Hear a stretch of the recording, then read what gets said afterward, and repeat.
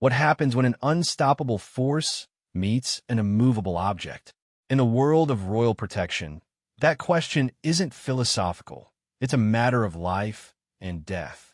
Behind the pristine uniforms and ceremonial pageantry lies a brotherhood forged in steel, bound by codes older than nations, and tested by moments that would break ordinary men. This is the story of Marcus Thompson, a former military officer who thought he knew what discipline meant until he stepped into the exclusive world of Royal Guards.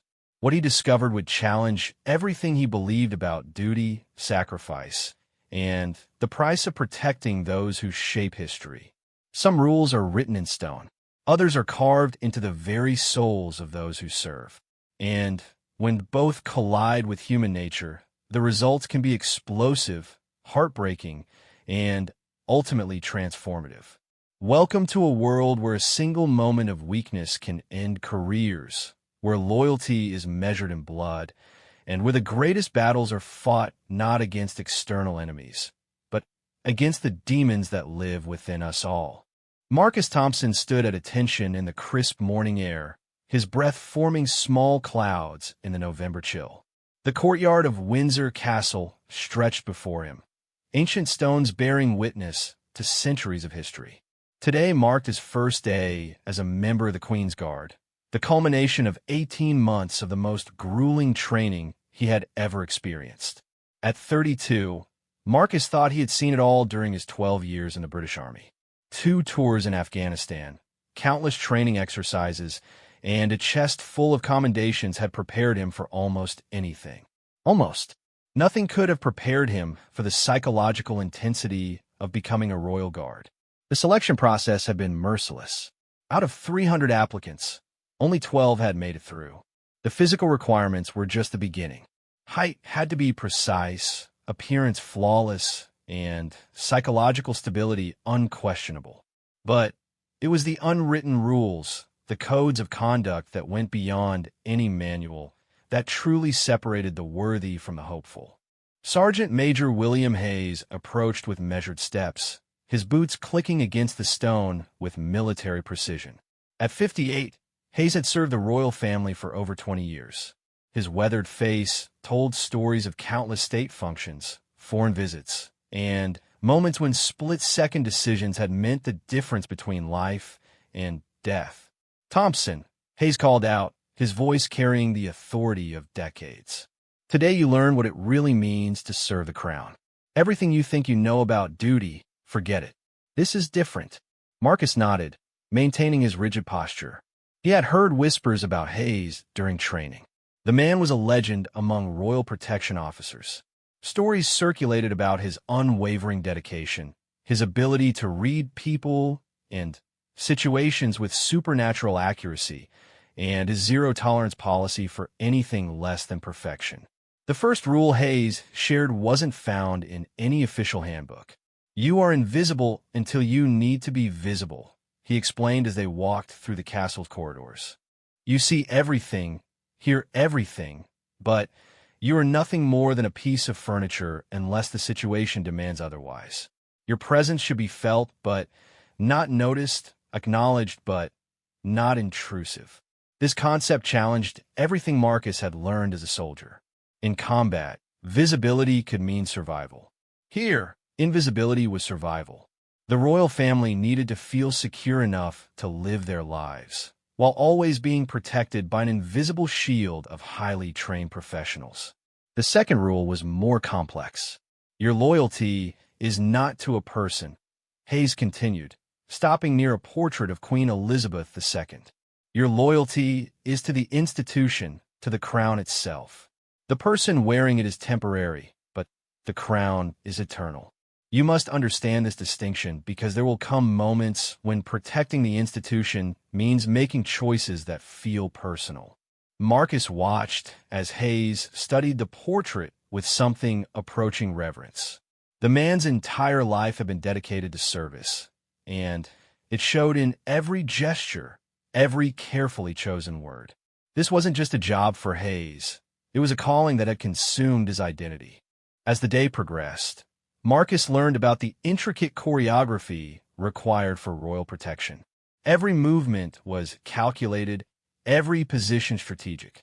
During a simple walk through the castle gardens, he counted no fewer than 8 guards positioned at various points, each with specific responsibilities and overlapping fields of observation. The third rule emerged during lunch. You have no personal life while on duty, Hayes explained over a Spartan meal in the guards' quarters. Your thoughts, your concerns, your problems do not exist. The moment you put on this uniform, Marcus Thompson ceases to be. You become an extension of the security apparatus, nothing more. This rule hit harder than expected. Marcus had always prided himself on maintaining his individuality within military structure. The Army had asked for his skills and dedication, but it had never demanded his complete psychological surrender. The Royal Guards required something deeper, more fundamental. The afternoon brought weapons training, though not the kind Marcus anticipated. Violence is the absolute last resort, Hayes instructed as they reviewed non-lethal intervention techniques. Your primary weapons are awareness, positioning, and de-escalation. The public must never see the royal family as being in danger. Fear is contagious and damages the institution. Marcus practiced subtle movements designed to redirect potential threats without creating obvious confrontations. Every technique focused on maintaining the illusion of normalcy while addressing real security concerns. It was like learning to dance while remaining prepared for war. The fourth rule came during evening briefings. You trust no one completely, including yourself, Hayes said, his expression grave. Threats can come from anywhere, including from within our own ranks. Paranoia isn't a weakness here. It's a survival skill. Question everything, verify everything, and always have backup plans for your backup plans. This rule disturbed Marcus more than the others. He had built his military career on trust between soldiers, on the unshakable bond that kept units alive in combat. Now he was being told to maintain suspicion, even toward his fellow guards. The psychological isolation was intentional and necessary, but it felt wrong. As night fell, Marcus found himself alone in his quarters, processing the day's revelations. The Royal Guards weren't just protectors. They were guardians of an entire way of life. Their role extended beyond physical security to preserving the mystique and dignity of monarchy itself. His phone buzzed with a text from Sarah, his girlfriend of 3 years. She was asking about dinner plans for the weekend, wondering if he could finally meet her parents. The message felt like it came from another world, one where normal concerns and relationships mattered. He stared at the screen for several minutes before turning the phone off without responding. The fifth rule was delivered the next morning during a private meeting with Hayes. You will be tested, the sergeant major said simply, not just by training exercises or formal evaluations, but by life itself. Someone will offer you money for information. Someone will appeal to your emotions. Someone will try to compromise your integrity in ways you haven't imagined. How you respond in those moments will determine whether you belong here. Marcus asked about the nature of these tests, but Hayes only smiled grimly. You'll recognize them when they happen, he said. And when they do, remember that we're always watching. Your colleagues, your superiors, even people you think are friends. Trust is earned through consistent action over years, not days. The weight of constant surveillance pressed down on Marcus as he went through his duties. Every conversation, every gesture, every moment of downtime was potentially being evaluated. The guards didn't just protect the royal family. They policed each other with ruthless efficiency. During his first week, Marcus witnessed the dismissal of a guard who had served for 8 years. The man's crime was seemingly minor. He had shared details about his work schedule with his wife, who mentioned it to a neighbor during casual conversation. That neighbor happened to be a freelance journalist who pieced together enough information to write a speculative article about royal security procedures.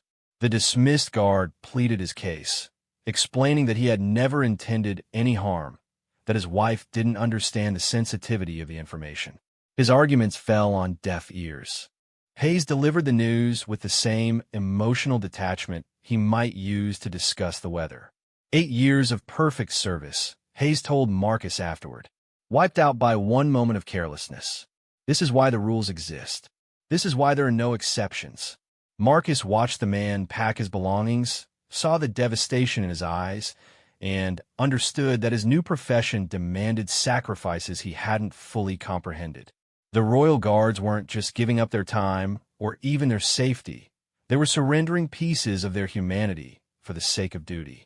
The sixth rule was perhaps the most challenging.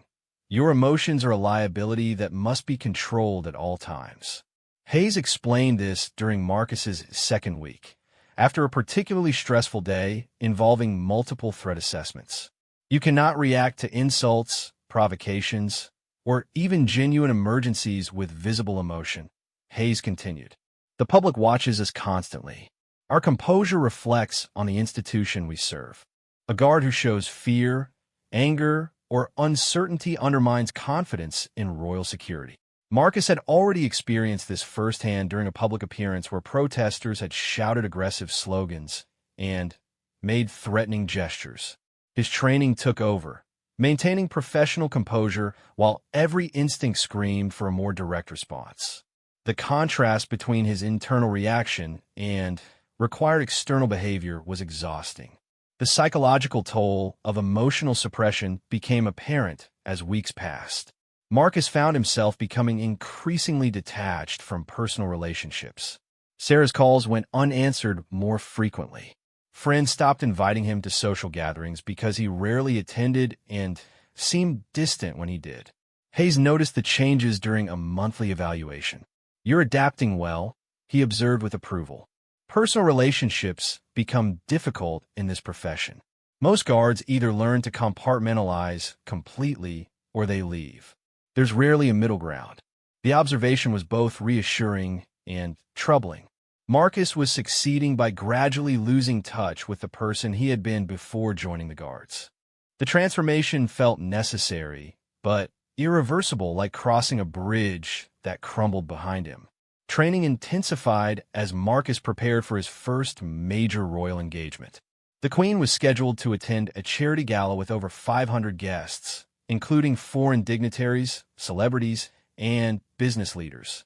Security preparations began weeks in advance, involving coordination between multiple agencies and exhaustive background checks on every attendee. Marcus's role would be relatively minor for his first major event, positioned as part of the inner perimeter team responsible for immediate royal protection.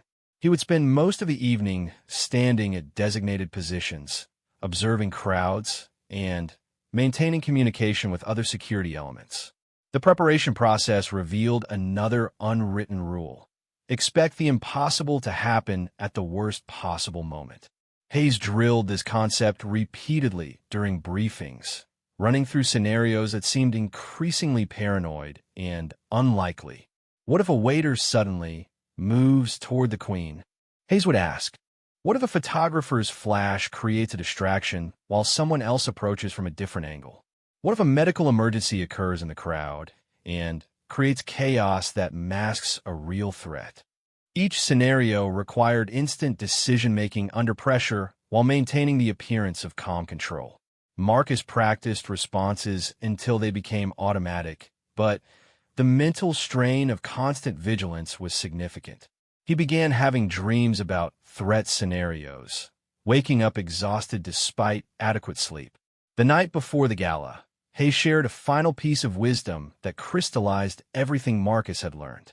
Tomorrow night, you will be responsible for protecting someone whose death would change the world, he said quietly. Not just Britain, but the entire global order would shift. That weight sits on your shoulders now, along with every other guard in that room.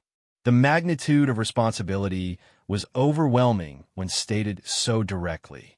Marcus had protected high-ranking military officers and government officials, but never someone whose mere existence provided stability for millions of people. The Queen wasn't just a person to be protected. She was a living symbol of continuity and tradition. As Marcus lay in his narrow bed that night, staring at the ceiling, he realized that his transformation was complete. The man who had entered royal service 6 months ago no longer existed. In his place was someone harder, more focused, and fundamentally alone. The rules hadn't just changed his behavior. They had rewired his entire personality. But along with the isolation came a sense of purpose unlike anything he had experienced. He was part of an elite brotherhood dedicated to preserving something larger than themselves. The personal costs were significant, but they were chosen sacrifices made in service of a greater good. Tomorrow would bring his first real test, but tonight Marcus felt ready for whatever challenges awaited. The rules had been internalized, the training complete. He was no longer Marcus Thompson, former soldier looking for a new career. He was a royal guard, sworn to protect the crown with his life if necessary. The transformation was irreversible, and despite everything he had given up to achieve it, Marcus found himself at peace with that reality. The Dorchester Hotel buzzed with activity as final preparations for the charity gala reached their crescendo. Marcus arrived 4 hours before the scheduled start time, part of an advance team responsible for establishing security perimeters and conducting last-minute threat assessments. The grandeur of the venue seemed almost secondary to the intricate web of protection being woven throughout its corridors and ballrooms. Hayes briefed the team with characteristic precision, his voice cutting through the controlled chaos of setup. Tonight, we have representatives from 12 different countries, including some with active security concerns, he announced, studying faces for any sign of uncertainty. The guest list includes 3 individuals currently receiving death threats, and our intelligence suggests at least 2 potential protesters have purchased service staff uniforms. Marcus felt his pulse quicken, not from fear, but from the sharp focus that accompanied real operational deployment. This wasn't training anymore. Every decision, every observation, every split-second reaction could have consequences that rippled far beyond this single evening. The team dispersed to their assigned positions, and Marcus found himself stationed near the main entrance to the ballroom, positioned to observe guest arrivals while maintaining visual contact with his fellow guards. His earpiece crackled with periodic updates as other team members reported clear sectors and confirmed positions. 3 hours before the event, the first test of the evening emerged. A young woman approached Marcus directly, her press credentials visible, but her manner suggesting something beyond routine journalism. She was attractive, professionally dressed, and spoke with the kind of confidence that immediately raised Marcus's internal alert levels. "Excuse me," she said, offering a smile that seemed both genuine and calculated. "I'm writing a feature about the modern Royal Guard for a security magazine. Would you be willing to answer a few questions about your background and training?" Every alarm bell in Marcus's mind activated simultaneously. The approach was textbook intelligence gathering, disguised as legitimate journalism, but designed to extract operational information. He recognized the technique from his military training, though this version was more sophisticated than anything he had encountered in combat zones. "I'm not authorized to speak with media representatives," Marcus replied, his voice polite but firm. "You'll need to contact the press office for any official information." The woman persisted, shifting tactics with practiced ease. "Oh, I'm not looking for anything classified," she assured him, moving slightly closer. "Just personal interest stories. How long you've been serving? What drew you to this career? Human interest material that shows guards as real people, not just uniforms." The request sounded reasonable on the surface, which made it more dangerous. Marcus recognized the progression. Start with seemingly harmless personal questions, then gradually shift toward more sensitive topics. By the time the interview subject realized they were being manipulated, they had already revealed more than intended. "I appreciate your interest," Marcus said, maintaining his professional demeanor while subtly repositioning himself to create more distance. "But I'm not able to participate in interviews while on duty. If you'd like to submit questions through official channels, I'm sure someone can assist you." The woman's smile faltered slightly, but she recovered quickly. "Of course, I understand completely. Perhaps after your shift ends? I could wait, or we could arrange to meet somewhere more convenient." This was the moment Hayes had warned him about. The offer seemed innocent, even flattering. A journalist wanting to humanize royal guards could be viewed as positive publicity. But accepting would violate multiple protocols and create opportunities for more aggressive information gathering in an uncontrolled environment. That won't be possible, Marcus said firmly. Thank you for understanding. As the woman walked away, Marcus noticed her speaking briefly with another individual near the hotel's registration desk. The interaction lasted only seconds, but the other person immediately began scanning the security personnel with obvious intent. Marcus discreetly activated his communication device and reported the contact to Hayes. Well handled, came Hayes's voice through his earpiece minutes later. Subject has been identified and removed from the premises. Background check reveals connections to a private intelligence firm with questionable clients. The incident reinforced everything Marcus had learned about constant vigilance and the subtle nature of modern threats. The woman had been professional, polite, and seemingly legitimate. Only strict adherence to protocols had prevented a potential security breach. 30 minutes later, the Queen arrived with her usual precise timing. Marcus watched the carefully choreographed arrival process unfold, noting how each guard moved with practiced efficiency to create overlapping fields of protection. The sovereign stepped from her vehicle with regal composure, acknowledging the gathered crowd with practiced grace while remaining completely unaware of the complex security ballet happening around her. As the evening's formal program began, Marcus observed the guests with trained eyes, looking for anything that deviated from expected patterns. His position allowed him to monitor multiple entry points while maintaining visual contact with the Queen's location within the ballroom. The first 3 hours passed without incident, but Marcus noticed subtle changes in crowd dynamics as alcohol consumption increased and formal restraints relaxed. Conversations grew louder, movements became more animated, and the careful social choreography that had characterized the evening's opening began to dissolve into something more unpredictable. At approximately 10:30, Marcus spotted a disturbance developing near the silent auction displays. A man in his 50s, wearing an expensive suit but moving with the unsteady gait of heavy drinking, was gesturing aggressively at one of the auctioneers. His voice carried across the room, creating a bubble of uncomfortable silence among nearby guests. Marcus watched the situation carefully, noting the positions of other guards and assessing potential escalation scenarios. The drunk guest was an immediate threat to the Queen, but his behavior was attracting attention and creating exactly the kind of disruption that could mask more serious threats. The situation escalated when the intoxicated guest grabbed the auctioneer's arm, his voice rising to a shout about fixed bidding and corrupt practices. Other guests began moving away from the confrontation, creating a clear space that drew more attention to the disturbance. Hayes's voice crackled through Marcus's earpiece. Thompson, coordinate with Davies to manage the disruption. Minimize public attention while ensuring it doesn't escalate. Marcus moved smoothly through the crowd, his path calculated to appear casual while positioning him for optimal intervention. Guard Davies approached from the opposite direction, and together they created a subtle pincer movement that would allow them to handle the situation with minimal disruption to the broader event.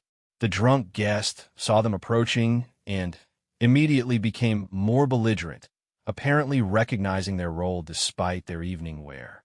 "Oh, here come a muscle," he announced loudly. "Can't have anyone asking real questions at these things, can we?"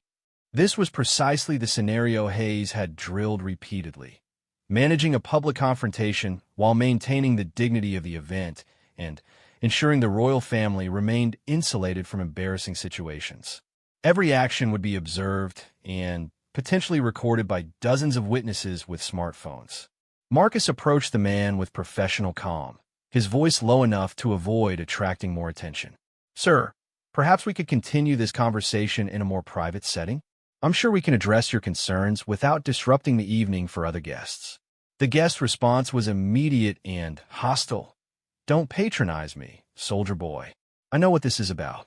These people rig everything, and you're just here to keep anyone from pointing it out."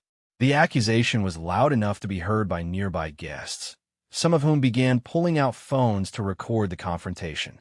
Marcus realized that the situation was rapidly approaching the point where it would become a public relations disaster if not handled immediately. Working in coordination with Davies, Marcus positioned himself to block camera angles while his colleague engaged the drunk guest in conversation designed to redirect his attention. The technique required split-second timing and absolute trust between the guards, but it worked flawlessly. Within 90 seconds, they had guided the disruptive guest toward a side exit, away from the main event and out of sight of most attendees. Hotel security personnel took custody of the individual, who continued his loud complaints until he was removed from the building entirely. Marcus returned to his position, noting that most guests had already returned to their conversations and activities. The Queen remained engaged in discussion with several charity representatives, apparently unaware that any disruption had occurred. The invisibility that Hayes had emphasized during training had proven its value. But the evening's challenges weren't finished. At approximately 11:15, Marcus noticed a server behaving unusually near the Queen's table. The woman was young, perhaps mid-20s, and appeared nervous beyond normal service anxiety. Her movements lacked the fluid efficiency of professional wait staff, and she kept glancing around the room as if looking for someone or something. Marcus activated his communication device and quietly reported his observations. Hayes's response came immediately. "Keep visual contact. Additional units moving to support." The server approached the Queen's table with a tray of champagne glasses, but her hands were trembling slightly, and she seemed to be taking an unusually long route through the crowd. Marcus began moving to intercept, maintaining the appearance of casual repositioning while closing the distance between himself and the potential threat. As the server reached for one of the champagne glasses, Marcus noticed something that made his blood freeze: a small electronic device taped to the underside of her tray. It could have been anything from a recording device to something far more dangerous, but protocol demanded immediate action regardless of the actual threat level. Marcus moved quickly but smoothly, intercepting the server before she could complete her approach to the royal table. "Excuse me, miss," he said quietly, positioning himself between her and the Queen. "Could I speak with you for a moment?" The woman's eyes went wide with panic, and she immediately began backing away from Marcus. Her reaction confirmed his suspicions that something was seriously wrong with the situation. Professional servers didn't panic when addressed by security personnel unless they were involved in something they shouldn't be. "Please don't make a scene," Marcus said calmly, but his tone carried unmistakable authority. "Just step aside with me for a moment. I'm sure we can clear up whatever this is about." The server looked around desperately, apparently seeking an escape route or assistance from someone else in the crowd. When none materialized, she suddenly dropped her tray and bolted toward the nearest exit, champagne glasses shattering across the marble floor. Marcus immediately activated his radio. Possible threat moving toward east exit. Female, approximately 25, dark hair, server uniform. Electronic device attached to service tray. The response was immediate and coordinated. Guards throughout the venue moved to secure exit points, while hotel security personnel converged on the fleeing server. Within minutes, she was detained and the electronic device secured for analysis. As the situation unfolded, Marcus maintained his position near the Queen, who continued her conversations with apparent composure despite the commotion. The royal family's ability to maintain dignity and calm in the face of potential threats never ceased to amaze him. Hayes appeared at Marcus's side within minutes, his expression grim but approving. Electronic device was a recording unit connected to a wireless transmitter, he reported quietly. Someone was attempting to capture private conversations for sale to tabloid media. The server was recruited 3 weeks ago specifically for this event. The revelation highlighted the constant and evolving nature of threats facing the royal family. Physical violence wasn't the only concern. Privacy invasion and intelligence gathering posed equally serious challenges to the institution's security and dignity. As the evening wound down and guests began departing, Marcus reflected on the lessons learned during his first major operational deployment. The threats had been real, but subtle, requiring constant vigilance and split-second decision-making under pressure. Every protocol and rule that had seemed excessive during training had proven necessary and valuable. But the most significant realization was personal. He had passed his first real test. When faced with actual threats and operational pressure, his training had taken over automatically.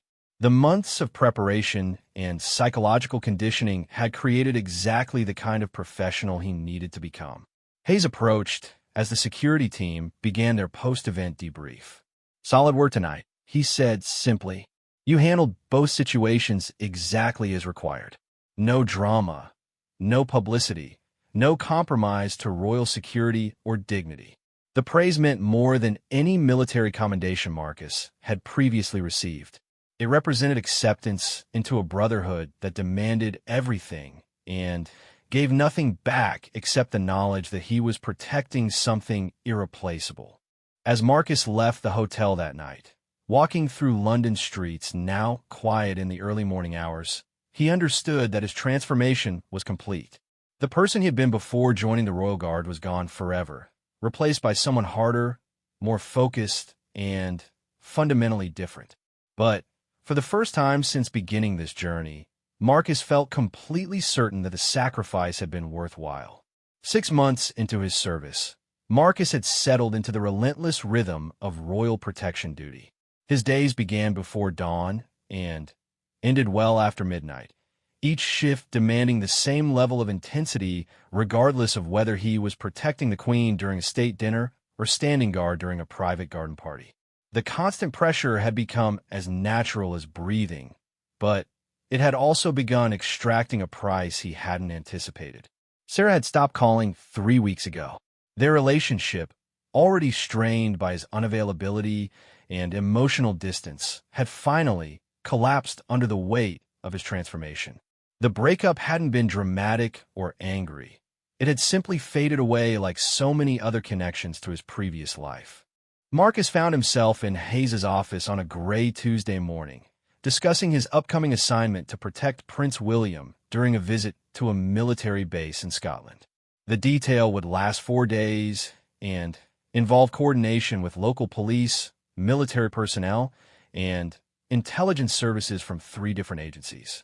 "This assignment represents a significant step forward in your career," Hayes explained, reviewing the briefing materials spread across his desk. "The prince specifically requested experienced guards for this visit, and your military background makes you an ideal choice for a defense-related engagement." Marcus nodded, understanding that this assignment was both an opportunity and a test. Success would mark him as ready for more complex protection details, while failure could end his career before it truly began. The briefing continued for 2 hours, covering everything from weather contingencies to potential protest groups that might target the royal visit. Marcus absorbed the information methodically, his mind automatically cataloging potential threat scenarios and response protocols. As he prepared to leave Hayes's office, the sergeant major raised a topic that had been subtly present throughout Marcus's training, but never directly addressed. "There's something else you need to understand about this assignment," Hayes said, closing the briefing folder. "The prince is going through a difficult period personally. His marriage is under strain, and there have been some incidents involving his behavior that required our intervention." The revelation surprised Marcus. Royal personal problems were rarely discussed so directly, and the implication that guards had been forced to intervene suggested serious issues beyond normal marital difficulties. "What kind of incidents?" Marcus asked, though he suspected Hayes would only share what was absolutely necessary for operational purposes. Hayes studied him carefully before responding. "Drinking to excess at public events. Inappropriate interactions with staff members. Nothing scandalous enough to make headlines, but concerning enough to require constant vigilance from his protection team. This information fundamentally changed the nature of Marcus's assignment. He wouldn't just be protecting the prince from external threats. He would also be protecting him from himself and the potential consequences of poor judgment under pressure. Sometimes protecting the crown means protecting royalty from their own worst impulses, Hayes continued.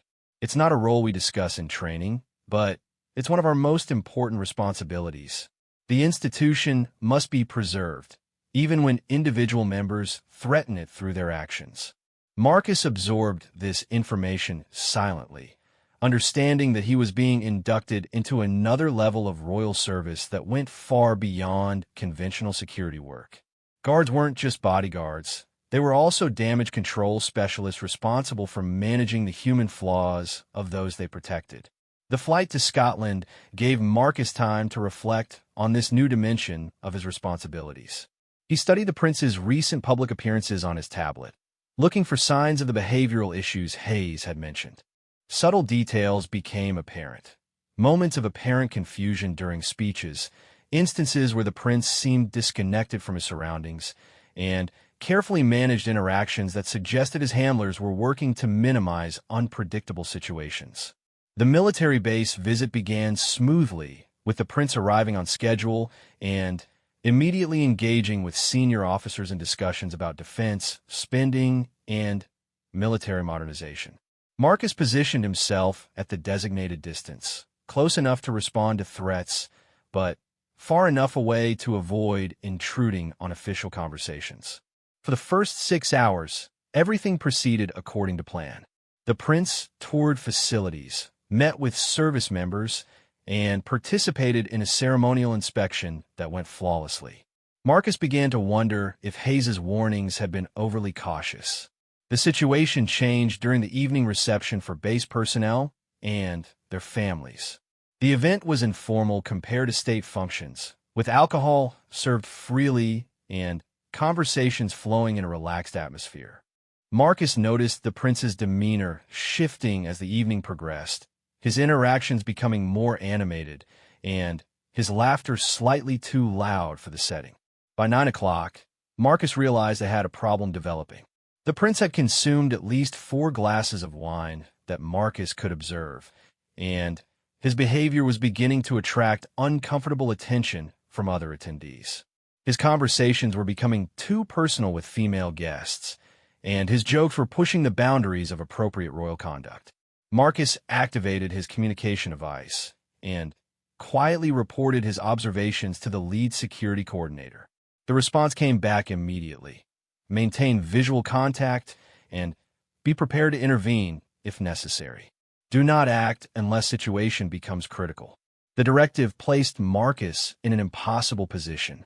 He was supposed to protect the prince, but from what exactly? How did one protect someone from themselves without overstepping boundaries that could end a career? The rules had prepared him for external threats, but this situation fell into a gray area where protocol offered little guidance. The crisis point arrived when the prince approached the wife of a young sergeant, engaging her in conversation that became increasingly inappropriate.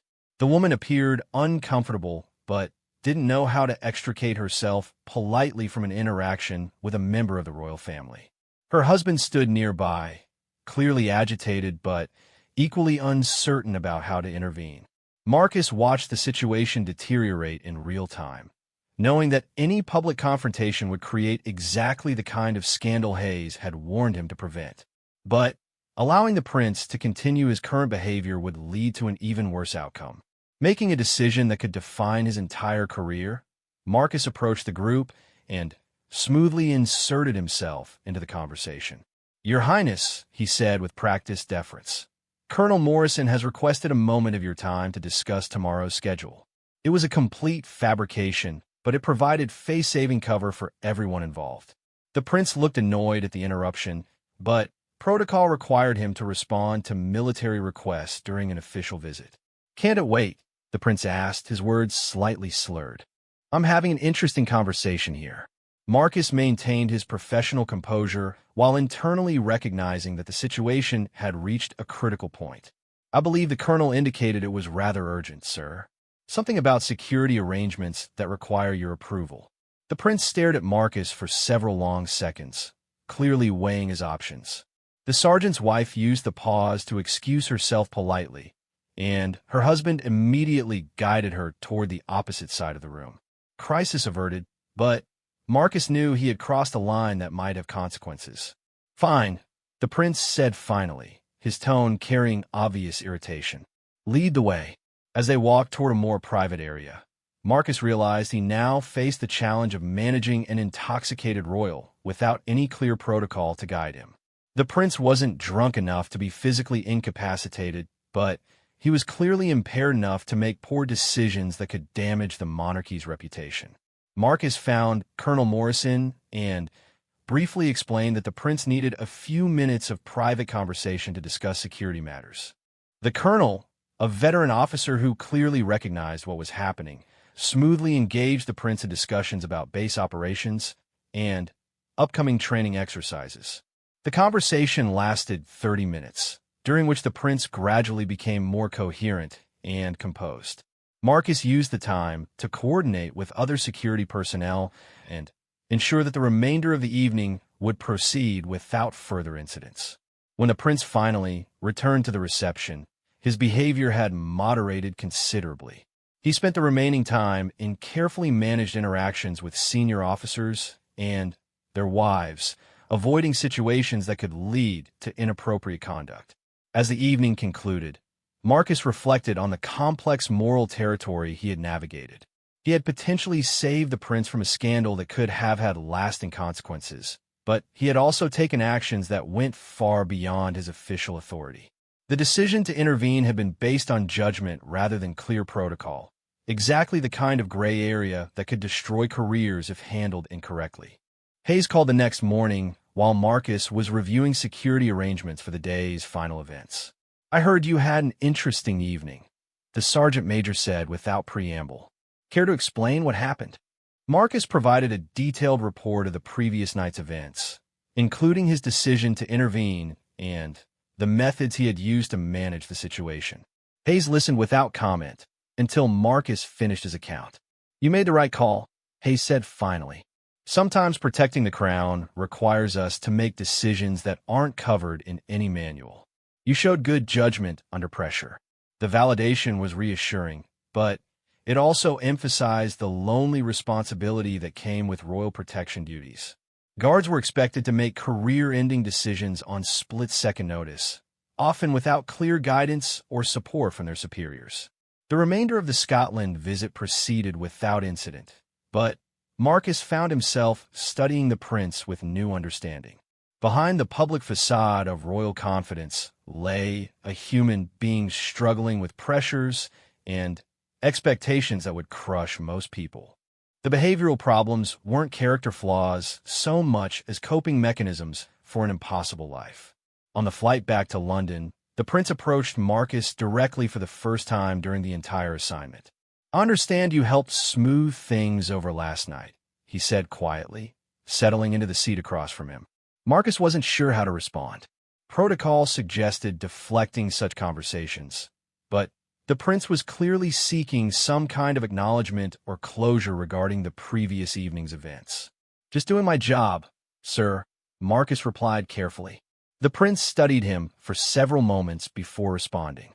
"My job is to represent the crown with dignity and honor," he said, his voice carrying a weariness that suggested this was a conversation he had with himself regularly. "Sometimes the pressure makes that more difficult than it should be." It was as close to an apology as Marcus was likely to receive, and it revealed the human cost of royal life in ways that training had never addressed. The prince wasn't just someone to be protected. He was someone who needed protection from the very life that defined his existence. "I understand, sir," Marcus said simply. The prince nodded and returned to his seat, but the brief conversation had fundamentally changed Marcus's understanding of his role. Guards weren't just protecting physical bodies. They were protecting human beings trapped in circumstances beyond their control. Back in London, Marcus found himself in Hayes's office for a comprehensive debrief about the Scotland assignment. The sergeant major reviewed every aspect of the visit, from security arrangements to personal interactions, with characteristic thoroughness. The prince has requested that you be considered for future assignments involving his protection, Hayes mentioned near the end of their meeting. That's unusual for such a junior guard, but your handling of the situation last night made a strong impression. The commendation should have felt like a career milestone, but instead it filled Marcus with a sense of complicated responsibility. He had proven himself capable of managing the most sensitive aspects of royal protection, but that capability came with burdens he was only beginning to understand. As he left Hayes's office, Marcus realized that his transformation was entering yet another phase. He had learned to suppress his emotions, maintain constant vigilance, and navigate complex threats with professional competence. Now, he was learning to manage the moral complexities that came with protecting imperfect human beings who happened to wear crowns. The rules he had memorized during training continued to evolve as his experience deepened. Each assignment revealed new challenges that required judgment calls beyond any written protocol. The real skill wasn't following rules. It was knowing when and how to break them for the greater good of the institution he served. That night, alone in his quarters, Marcus stared at his phone, where 17 missed calls from Sarah remained unanswered. He started to dial her number 3 different times, but stopped each time, knowing that the person she had cared about no longer existed. The Royal Guards had claimed another casualty in their war against normalcy. But for the first time since beginning this journey, Marcus understood that some sacrifices were not just necessary, but noble. He was protecting something larger than any individual, including himself. The crown represented continuity, stability, and tradition in a world that seemed increasingly chaotic and uncertain. The man he had been before would have chosen differently, prioritized personal happiness over institutional duty. The Royal Guard, he had become understood that such choices were luxuries he could no longer afford. The transformation was complete, but the real work was just beginning. 2 years into his service, Marcus had become one of the most trusted guards in the Royal Protection Detail. His success with Prince William had led to increasingly complex assignments, including protection duties for foreign state visits and sensitive diplomatic events. But nothing had prepared him for the phone call that came at 3:30 on a December morning. Thompson, Hayes's voice crackled through the secure line, cutting through Marcus's sleep with unmistakable urgency. Emergency deployment. Princess Catherine has been involved in a serious car accident. You're on the response team. Marcus was fully alert within seconds, his training overriding any lingering fatigue. What's my assignment? Hospital security and media containment. The accident happened 30 minutes ago on the M40. She's being transported to John Radcliffe Hospital in Oxford. We need to establish a security perimeter before the media circus arrives. Marcus dressed quickly while Hayes provided additional details through the phone. The accident appeared to be genuinely accidental, caused by icy road conditions, but any incident involving a senior royal created enormous security and public relations challenges. The next few hours would determine whether this remained a private medical matter or became an international news crisis. The drive to Oxford through pre-dawn darkness gave Marcus time to review protocols for protecting royalty in medical emergencies. The challenges were complex, ensuring adequate security while allowing medical personnel to perform their duties, managing information flow to prevent speculation and rumors, and maintaining the dignity and privacy of the royal family during a vulnerable moment. Marcus arrived at John Radcliffe Hospital to find it already transforming into a fortress. Police barriers were being erected, media vans were beginning to gather in nearby parking areas, and hospital administrators were clearly struggling to balance normal operations with sudden security requirements. Hayes met Marcus at the hospital's main entrance, his expression grave. Catherine's condition is stable but serious, he reported quietly. Broken ribs, possible internal bleeding, significant head trauma. She's conscious but confused. William is en route from London.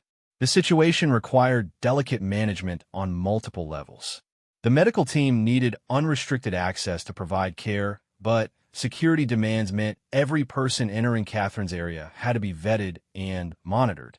Hospital staff were understandably nervous about having their routine disrupted by royal protection protocols. Marcus was assigned to manage the security checkpoint outside the intensive care unit where Catherine was being treated. His responsibilities included verifying credentials of medical personnel, coordinating with hospital security, and ensuring that no unauthorized individuals gained access to sensitive areas. The first challenge emerged when a young nurse attempted to enter Catherine's room with supplies that hadn't been security cleared. Standard protocol required all items to be inspected, but the nurse argued that delayed medical care could endanger the patient's life. "I understand the security concerns," she said, frustration evident in her voice, "but these are essential medications that need to be administered immediately. Every minute of delay increases the risk of complications." Marcus found himself balancing competing priorities that had no clear resolution in existing protocols. Medical needs obviously took precedence over security procedures, but his training emphasized that any breach in security could have catastrophic consequences. Making a judgment call that required instant decision-making, Marcus accompanied the nurse into Catherine's room while she administered the medication. This approach ensured medical needs were met while maintaining security observation, though it required him to witness the princess in a vulnerable state that felt like an invasion of privacy. Catherine was conscious, but clearly disoriented, her usually composed demeanor replaced by the confusion and vulnerability that accompanied serious head trauma. Seeing someone he had protected in formal state settings reduced to a frightened patient connected to monitoring equipment was profoundly disturbing.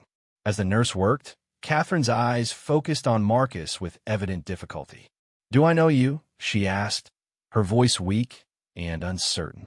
"I'm one of your protection officers, ma'am," Marcus replied gently. "You're safe now. The doctors are taking excellent care of you." The interaction lasted only minutes, but it highlighted the strange intimacy that could develop between guards and the royalty they protected.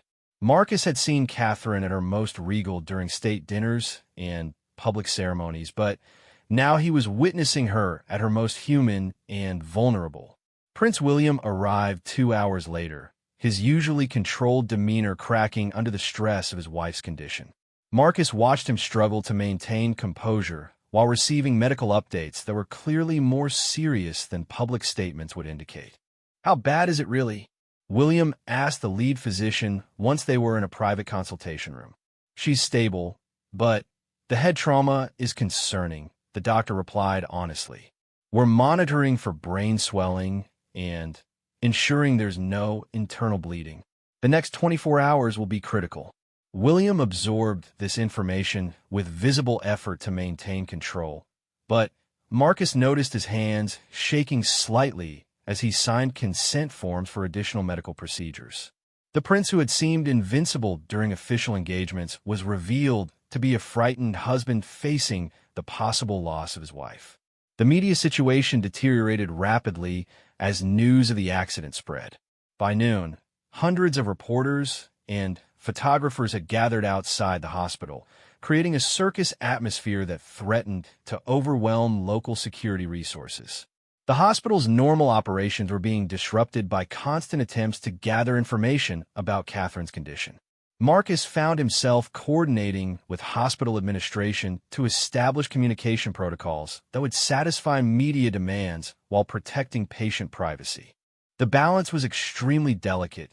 Too little information would fuel speculation and rumors, while too much detail could violate Catherine's privacy and potentially compromise security. The solution emerged through careful coordination with the Royal Press Office. Limited medical updates would be provided at scheduled intervals, while access to the hospital itself remained strictly controlled. This approach aimed to manage public concern while preventing the feeding frenzy that typically accompanied royal medical emergencies.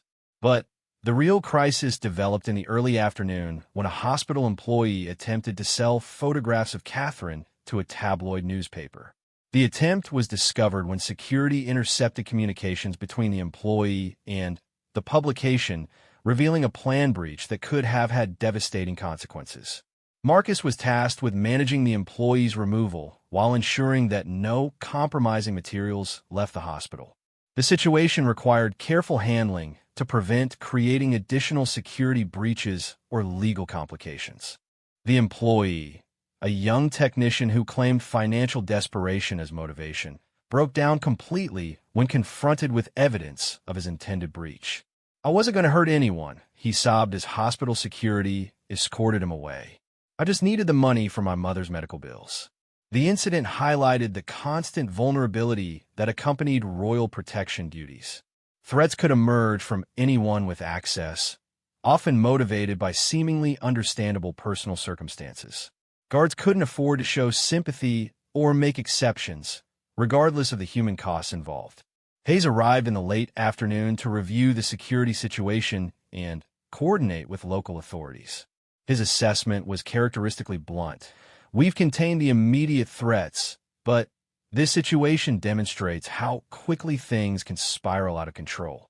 One accident creates ripple effects that last for weeks."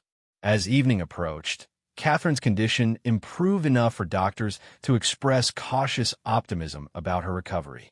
William spent most of the day at her bedside, emerging only for brief consultations with medical staff and security personnel. Marcus observed the prince during these interactions, noting how the crisis had stripped away his usual royal composure to reveal the worried husband beneath. The transformation was both humanizing and sobering, demonstrating that royal status provided no immunity from life's fundamental vulnerabilities. During a brief break, William approached Marcus directly. "I want to thank you for everything you're doing," he said quietly. "I know this situation has been challenging for everyone involved." The gratitude was genuine and unexpected.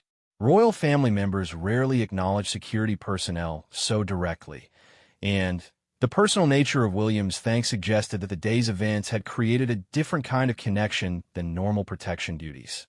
"It's our honor to serve, sir," Marcus replied, though the formal response felt inadequate given the circumstances. William nodded and returned to Catherine's room, but the brief interaction had provided Marcus with insight into the personal costs of royal life. Behind the public ceremonies and official duties, these were real people facing the same fears and uncertainties that affected everyone else. As the night shift began, Marcus reflected on the complex lessons the day had provided. Royal protection wasn't just about preventing assassinations or managing crowds.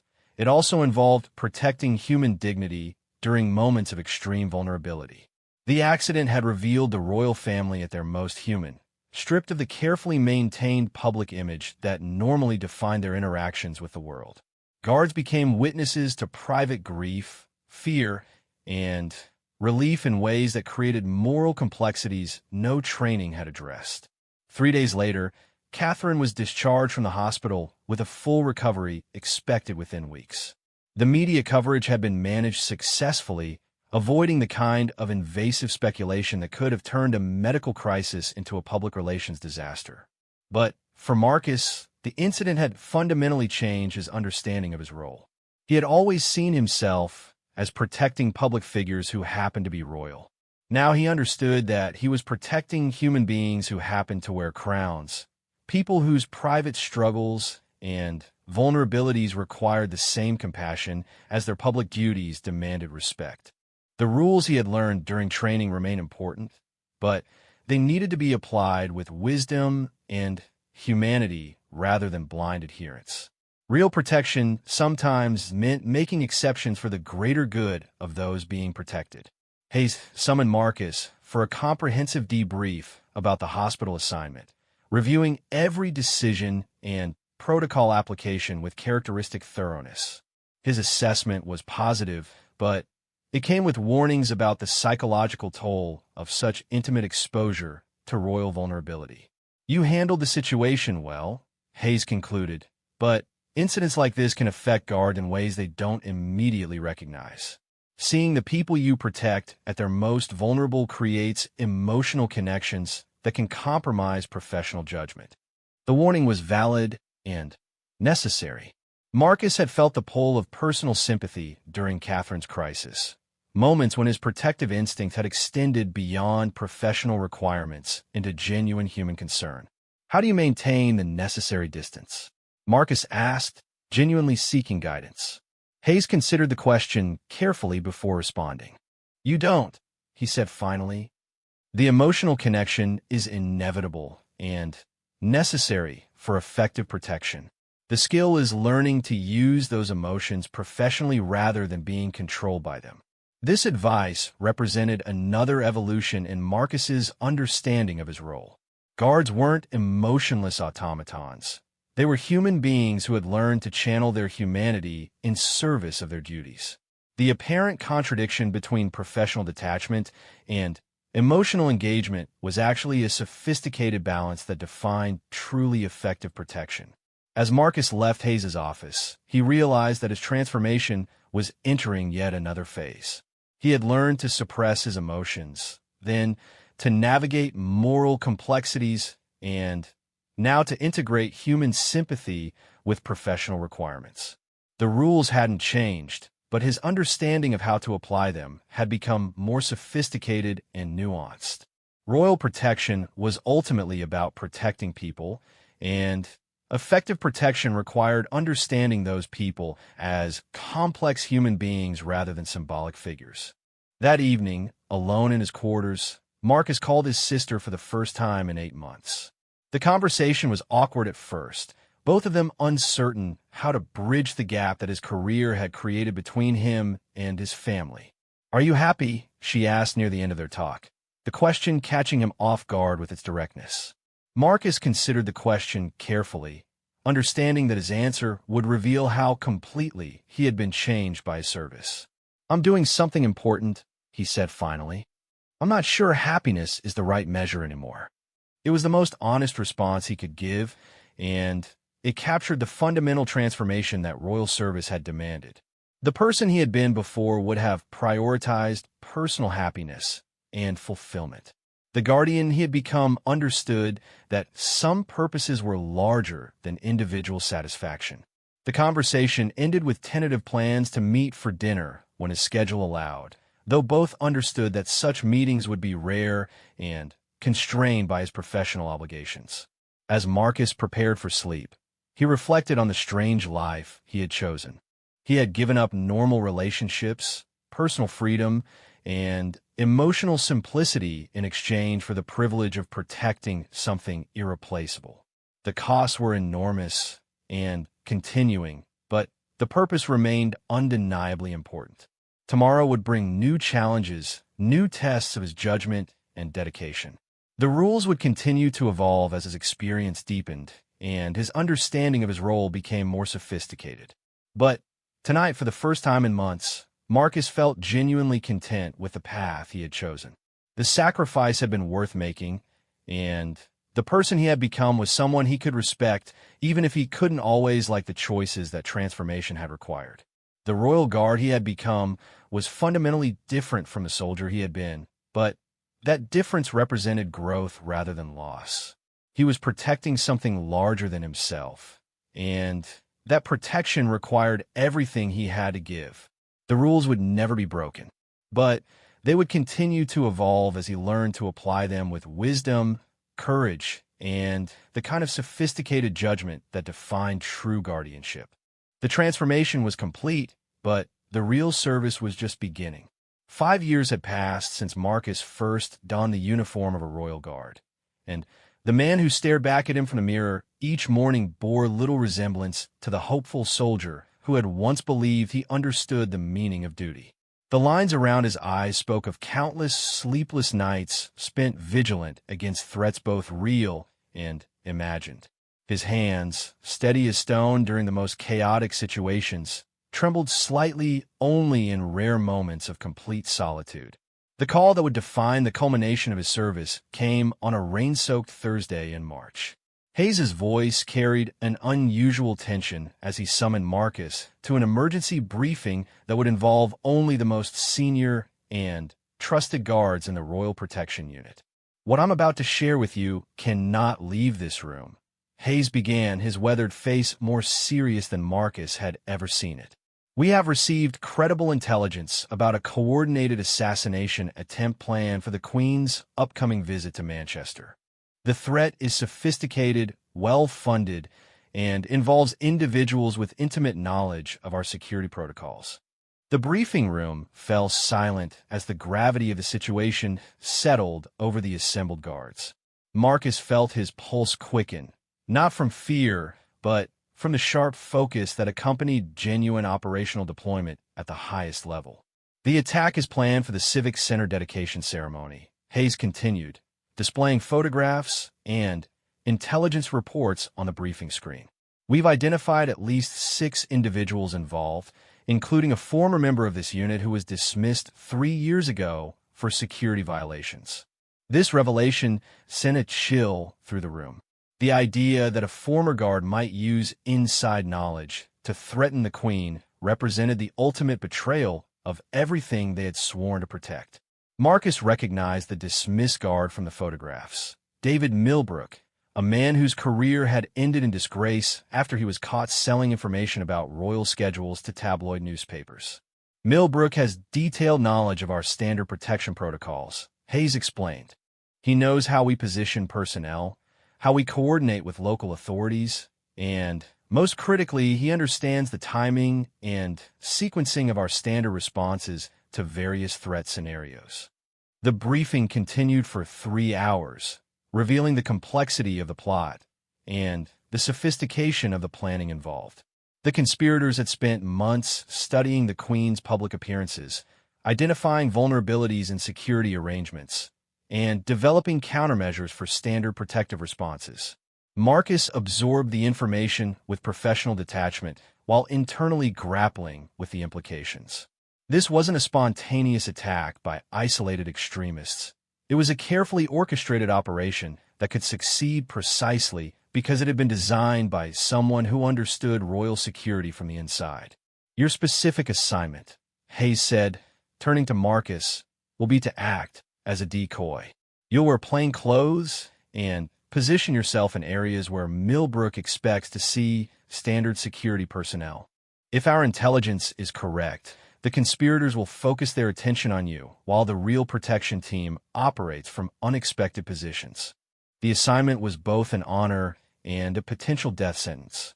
Marcus would be deliberately exposing himself to draw attention from threats while having minimal backup support. Success would mean preventing an attack on the Queen. Failure could mean his own death and the collapse of royal security. Why me? Marcus asked, though he suspected he already knew the answer. Because Millbrook knows you, Hayes replied. He was your training officer during your first month of service. He'll recognize you instantly and assume your presence indicates standard security positioning. That recognition could give us the tactical advantage we need. The logic was sound but sobering. Marcus's personal history with the conspirators made him the ideal bait for a trap that could save the Queen's life or end his own. The irony wasn't lost on him.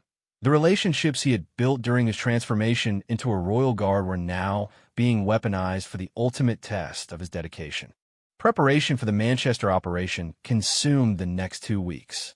Marcus rehearsed his movements until they became automatic, studied photographs of the conspirators until he could recognize them instantly, and coordinated with backup teams whose positions would remain unknown to him to maintain operational security.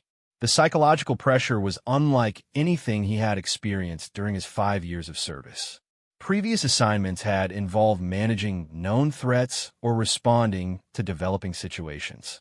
This operation required him to walk knowingly into mortal danger while appearing completely unaware of the threats around him. 3 nights before the Manchester visit, Marcus found himself unable to sleep despite his exhaustion. He walked through his small apartment, looking at the sparse possessions that represented his life outside royal service. A single photograph of Sarah sat on his desk, the only remaining connection to the person he had been before his transformation. His phone rang at 2 in the morning. Sarah's name appeared on the screen, the first contact between them in over 18 months. Marcus stared at the device for several rings before answering, uncertain why she would call so late and after so much silence. "Marcus." Her voice was hesitant, unfamiliar after their long separation. "I know I have no right to call, but I've been thinking about you. I had this strange feeling that you might need to hear from someone who remembers who you used to be." The conversation that followed was awkward and painful, both of them struggling to bridge the enormous gap that his career had created between them. Sarah had moved on, married a teacher, and started a family. Her life had continued in the normal progression that royal service had denied Marcus.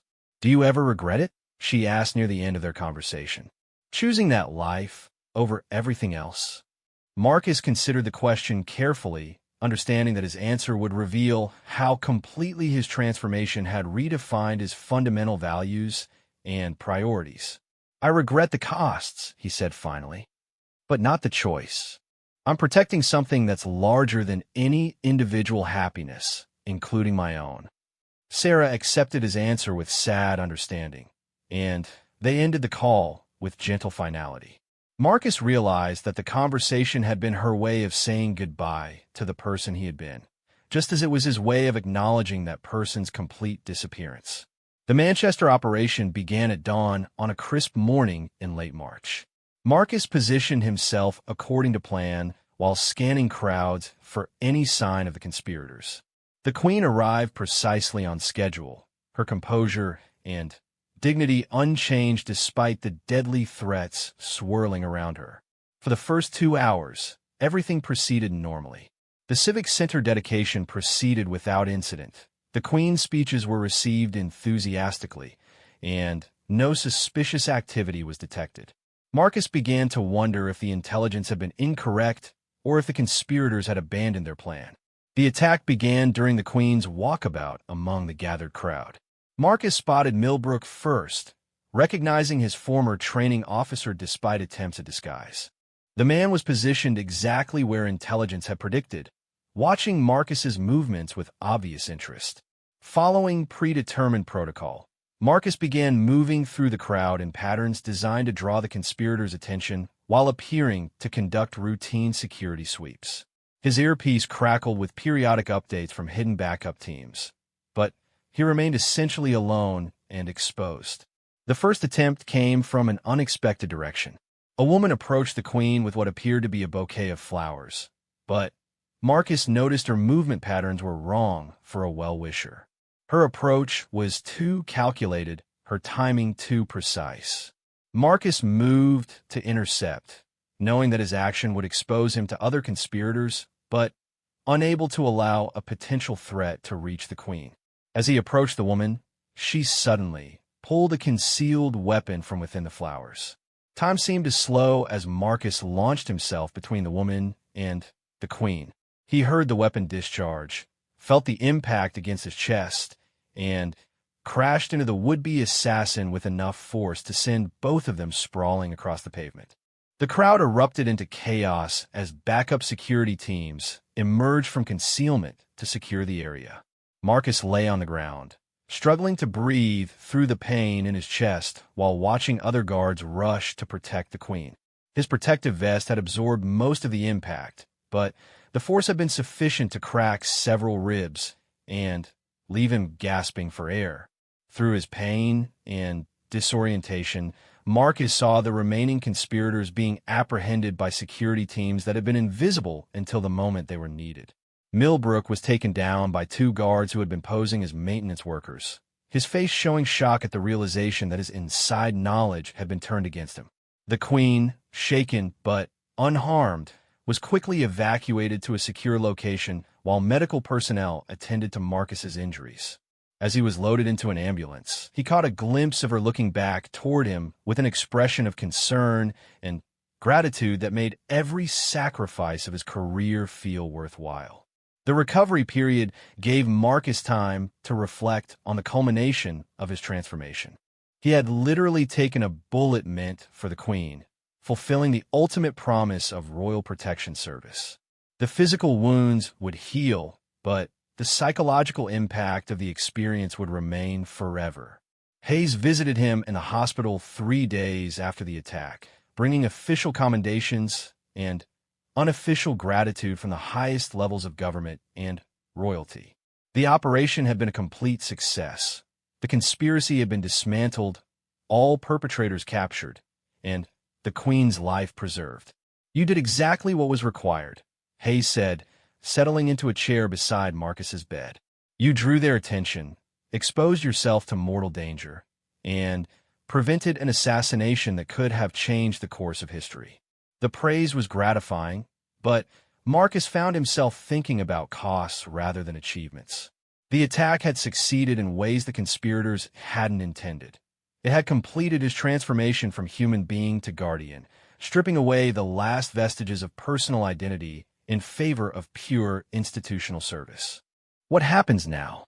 Marcus asked, though he suspected the answer would involve continued service until age or injury made him incapable of protecting anyone. Hayes studied him carefully before responding. "That depends on what you want. Your service has been exemplary, and this incident has earned you the right to choose your future. You could remain on active duty, transition to training roles, or retire with full honors and pension."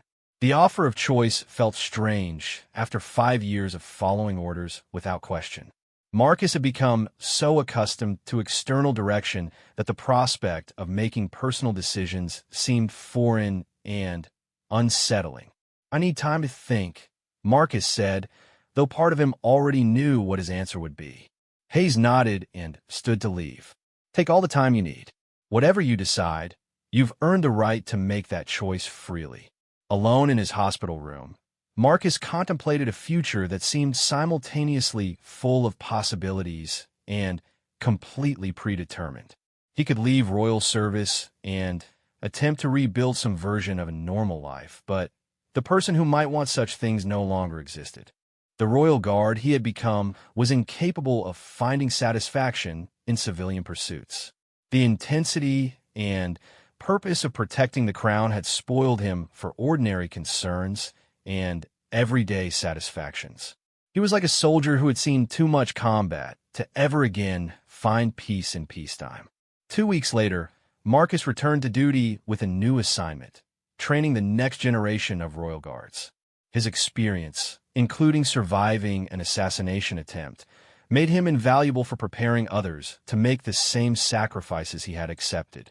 Standing before his first class of trainees, Marcus saw himself as he had been 5 years earlier, eager, confident, and completely unprepared for the transformation that awaited him.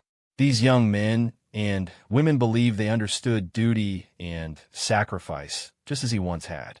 "The first rule," Marcus began, unconsciously echoing Hayes's word from his own first day, "is that you will cease to exist as an individual. Everything you think you know about identity, relationships, and personal fulfillment must be surrendered in service of something larger than yourself." He watched their faces as they absorbed this information, seeing the same mixture of determination and uncertainty he had once felt. They would all be changed by their service, some irrevocably, and few would emerge as the people they had been when they entered. "Some of you will find that price acceptable," Marcus continued. "Others will discover it's more than you're willing to pay. There's no shame in either choice, but the decision must be made honestly and completely." The irony of his position wasn't lost on Marcus. He was now the one administering the tests and challenges that would transform others as he had been transformed. The cycle continued, each generation of guards creating the next through the same process of systematic psychological reconstruction. But for the first time since beginning his service, Marcus felt genuinely at peace with his role. He was no longer struggling against his transformation or mourning what he had lost. Instead, he was embracing his role as guardian and guide for others who would make similar journeys. The rules hadn't changed, but his relationship to them had evolved into something approaching wisdom. He understood now that the rules existed not to break people, but to remake them into something stronger and more purposeful than they had been before. That evening, Marcus called his sister for their monthly conversation, one of the few personal connections he had maintained through his transformation. She asked about his work, though she understood very little about what his service actually involved. "You sound different," she observed near the end of their call. "More settled somehow. I think I've finally figured out who I'm supposed to be," Marcus replied, surprised by his own certainty. It was true. After 5 years of struggle and sacrifice, of losing himself and finding something else in his place, Marcus had achieved a kind of peace with his transformation. He was no longer the person he had been, but the person he had become was someone he could respect and accept. The royal guard looking back at him from the mirror each morning was scarred, isolated, and fundamentally changed from the soldier who had once dreamed of a different kind of service. But he was also dedicated, skilled, and committed to purposes that transcended personal concerns. The rules that governed his life were no longer constraints to be endured, but principles to be embraced. They had shaped him into someone capable of protecting things that mattered more than individual happiness or conventional success. As Marcus prepared for another day of training future guards, he understood that his transformation was finally complete. Not because he had reached some predetermined endpoint, but because he had accepted the ongoing process of becoming whatever his service required him to be. The man he had been was gone forever, but the guardian he had become would continue as long as the crown needed protection. It was a strange kind of immortality, purchased with everything he had once considered important, but measured in purposes that would outlast any individual life. The rules would never be broken because breaking them would mean abandoning everything he had become. And Marcus Thompson, Royal Guard, Guardian of the Crown, Protector of the Realm, had no intention of abandoning anything he had fought so hard to achieve. The transformation was complete. The service was eternal. And for the first time in 5 years, that felt like enough.